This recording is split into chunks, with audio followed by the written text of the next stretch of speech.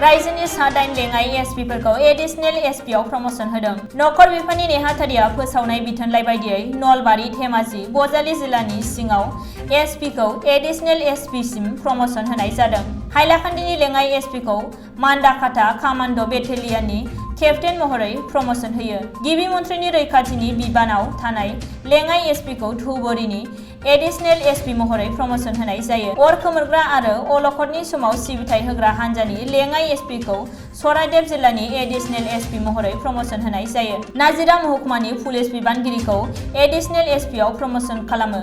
अदालगुरि जिल्लानि लेङाइ एसपिखौ गवालपारानि एडिशनेल एसपिआव प्रमोशन खालामनायजों लोगोसे बङाइगावनि एडिशनेल एसपिनि जायगायाव लेङाइ एसपि लुना सनवालखौ एडिशनेल एसपि मासियाव प्रमोशन होयो। रायजोआव कभिड-19 नि साग्लोबसारनायनि फारसे नोजोर होनानै 30 सेप्तेम्बरनिफ्राय कभिड-19 नि गासैबो नेमखान्थिफोरखौ आबुङै मानिनायनि गेजेरजों दावबायारिफोरनि थाखाय उरां माहारियारि पार्कखौ बेखेवनानै होनो थांखि लादों। दिनै खोन्दो हाग्रा बिफाननिफ्राय फोसावथाय होनायनि गेजेरजों बे बाथ्राखौ मिथिहोयो। नगाव आरो काछार पेपार मिलनि बिबानगिरि मावफारियाफोरा गोलाव समनिफ्राय मोगा-मोगि जाबोनांनाय जेंनाफोरखौ सुस्रांनायनि लामायाव। गिबि मन्थ्रि हिमन्त बिश्व शर्माया फोरमायनाय बायदिब्ला हिन्दुस्तान पेपार कर्परेसन लिमिटेडनि मावफारियाफोरनि सुस्रांजायै दानबान्थानि जेंनाखौ सुस्रांनाय जागोन। नगाव आरो काछार गंनैबो पेपार मिलनि मावफारियाफोरनि थाखाय सरकारा 570 कौटि रांनि अनसुंथाइ पेकेज होनो गिबि मन्थ्रि हिमन्त बिश्व शर्माया फोसावनानै होयो।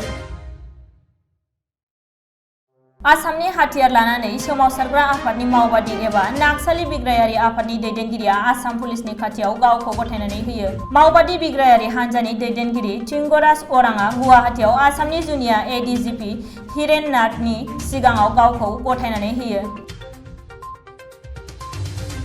सनितपुर जिल्लानि थेलामारा खाजिना सार्कलनि लाट मण्डल गुलजार हुसेनखौ हानि दालालनि फारिलाइयाव थानाय सासे सुबुंनि मुंखौ बोखारना होनायनि सोलायै 8 लाख रां दाबिनायनि अजदजों पुलिसआ खायो।